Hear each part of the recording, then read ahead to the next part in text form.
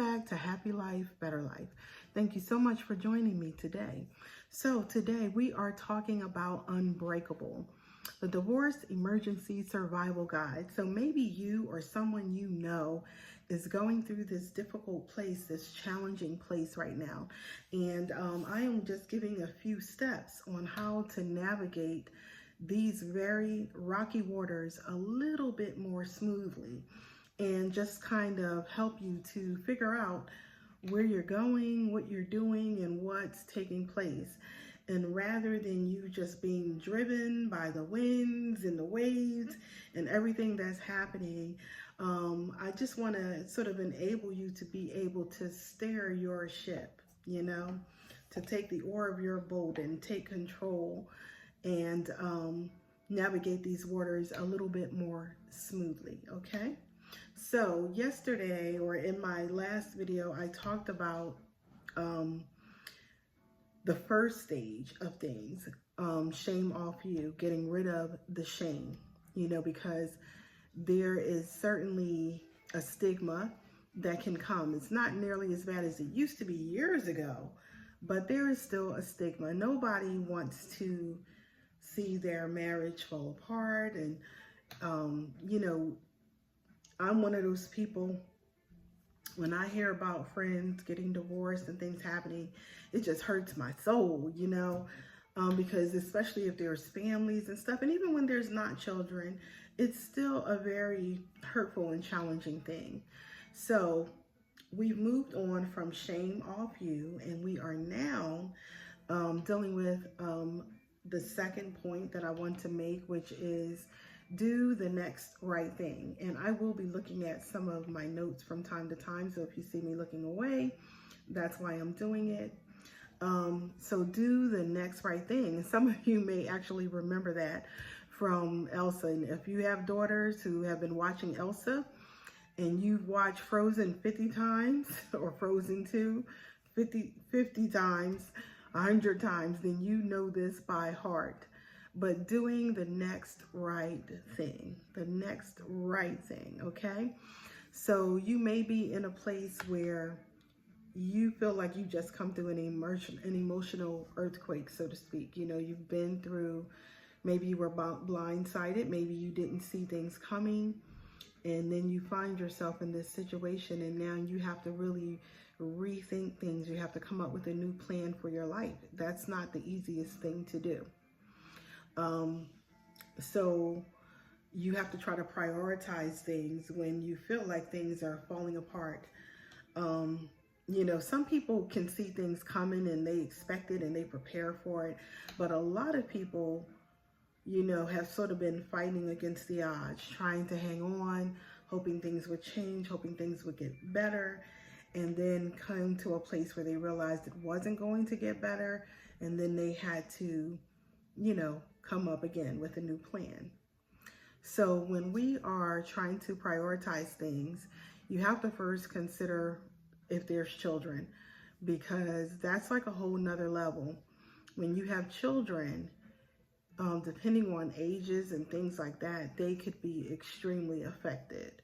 Even adult children can be affected when parents break up. I don't want it to seem like adult children don't experience, letdown, depression, or some kind of emotional things that are going on as a result of it, because it can happen. And sometimes when we're in our 60s and stuff and getting divorced, our children are, practically grown or fully grown. And so they can, experience some of the fallout from this as well. So the second thing you have to do is really figure out what's going to happen with your children. If they are school aged, are they going to be able to stay in the same schools? Because how is your living arrangements going to be affecting them? Sometimes the children will stay with the parent who's staying at the home, but sometimes that's not an option. Sometimes neither parent is staying at the home. Sometimes they're going to sell the home and they both have to move somewhere else. So you really want to figure out what's going to happen for your children. Now, I will state that it is best for the children to keep things as normal and as close to what it was pre-divorce, you know, if you can do that, that is the best option always. And sometimes the parents can work together and co-parent together in a way that keeps that stability sort of still solid and firm for the children, even though they're going through this breakup. So if you can do that, and if you have a spouse that's working with you and you're both working together, that's wonderful. Or ex, I should say, who is working with you, that's wonderful. But sometimes that's just not the option. That's not the truth. So if that be the case, then you want to try to put them in as safe and as comfortable a space as possible, okay? You want to make sure that you coordinate your schedules, that both parents are trying to be there for the children and not taking their anger and frustration against the other parent out on the children or to the children, because sometimes we say things to the children. We could be angry, we could be hurt, but children don't need to feel your anger and hurt. They need to feel your compassion, your confidence, and know that they're going to make it through this place, that you all are going to make it through this place. So the best gift that you can give them right now is to be your best self, the best that you can be in that moment with these things happening. So as you are figuring out certain things, first take a moment to breathe, breathe, pause. You might have to, get away for a moment, get yourself in a place where you can think clearly and you can really start to plan for what you need to do, for what you have to do, for what you want to do, okay? Those are three different things: what we need to do, what we have to do, what we want to do, okay? So then you want to, like I say, prioritize school routines. You want to prioritize, meals, daily schedules. You want to keep things as consistent as possible for the kiddos, but also for yourself, okay? If you have to change schools and locations and living locations, I should say, you need to look into other districts where you're going to be going, and you need to, find out about school counselors. If you need family therapy, if you need to do journaling, whatever it's going to take to make this transition smoothly for you and the kiddos. The next thing, your living arrangements. Who's staying? Who's going? Is the home going to be sold? Were you renting?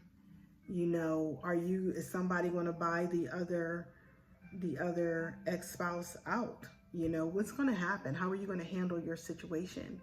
Can one parent stay in the home and keep the children as stable as possible? Can you afford a rent or a mortgage? Or are you going to have to move in with family? Because that happens too, because your income, and we're going to get into that, your income may change drastically when you're coming from a 2-parent household to a 1-parent household, so these are all things that can change that you need to be thinking about. Employment. If one parent stayed home and the other parent was the main provider, well, the parent who wasn't working, they are in for a major life change, So if you are that parent who was a stay-at-home mom or something like that, and now you find yourself in a place where you have to navigate things, whether you could be a stay-at-home dad, because that happens too, because you have women who are climbing the ladder and who are, doing well in their careers. And so the father may be the one who stayed at home. So now he's got to figure out, what he's going to do to survive. And so for that person who wasn't working, you're definitely going to want to try to look into some type of spousal support, even if it's for a certain period of time, or you might want to try to negotiate something. If that person is not in a negotiating mood, then you're definitely going to have to figure out another plan. But also, you know, if you've been a stay-at-home parent for a while, chances are if you guys go to court, spousal support will be awarded. But you know, that's getting way, way deep into it. And I don't want to get too deep into things, but I just want to kind of lay some groundwork for things that you're going to have to be thinking about. You may also have to reach out to like social services when it comes to applying for medical, when it comes to applying for food stamps or things like that. Section 8 to help with housing. These are all options that are out there. So you have to figure out what's going to be best for you and what's going to serve your needs, okay? You have to look at your income streams, bank accounts. If you had joint accounts, you're going to have to figure out those things. You're going to have to figure out credit cards. If you have debt, if you have retirement savings, these are all things that you're going to have to look into. You might want to pull your credit report. You also may want to freeze joint accounts if you feel like, you know, someone could mishandle these funds or whatever the case is. But, you know, like I say, that's getting way deep into it. And I think that's different from person to person. So you need to figure out what's best for your situation. And you may definitely, if you're able to, you may want to start creating your own emergency fund for things that may come up.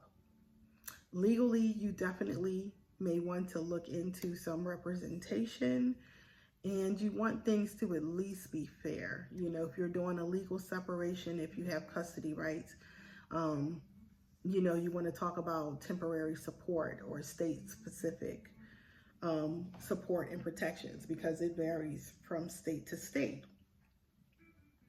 Also, you may want to change passwords and PINs to things that you both share.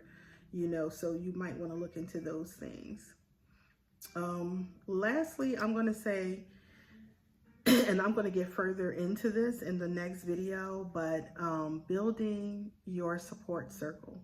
You know, you need to know who's for you. You need to know who's against you as well.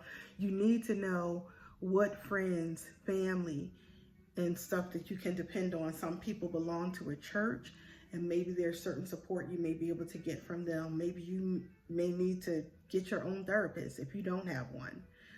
But you're going to need, you know, support. It's going to be really, really tough to try to get through all of this alone. And even though I know we don't want everyone in our business, you need someone that you can talk to, okay? You need someone to maybe sometimes help with the kids, and when family members know that you're going through a difficult place, a lot of times they will step up and they will help you. So that's why I'm putting that out there, especially if they know that you're going to be navigating these waters alone. They will help and support. You could join a divorce support group. That's another option. And if anyone's willing to help, like even prepare meals, whatever it's going to be, you want to say yes. Thank you. That's what you want to say. Don't talk yourself out of your help, okay? I've got this. I'm fine. We're fine. Don't do that. If people are able and willing to help, then let them help, because that's more support for you. And if you have children, that's more support for your children. So these are some of the things that we are talking about in doing the next right thing, coming up with a plan, journaling, figuring out what we need, what we want, what we have to do. So I hope that this has been somewhat helpful, but I'm going to continue on this journey, and I probably will have at least maybe 6 videos in this series of Unbreakable. You know, this is the divorce emergency survival kit. Things that we need to do, things that we need to focus on to get through this place when things are just happening, okay? So thank you for joining me, and please share this video. If you know someone who's going through this and they don't know what to do, because sometimes when we're emotional and we feel like we've just been through an earthquake and we're crying and we're, you know, hurting and we're in pain, we can't always think straight, you know. We can't always figure out what we need to be doing. So if you need this video, if someone else needs this video, please share it. And also, I would like to say, please don't forget to like, you know, if you're not a member, please join. And if you have questions, please send me your questions, because I would love to answer those questions, and I would love to, you know, converse with you, okay? So thank you so much for joining me again. Don't forget to like, subscribe, and share, and please comment, you know. And I wish you all the best, and I wish you all, you know, peace. And as always, I want you to live a happy life and a better life. And that's why I am here today, to let you know you're not alone. So thank you so much for joining me. Have a great day, and I will see you in the next video.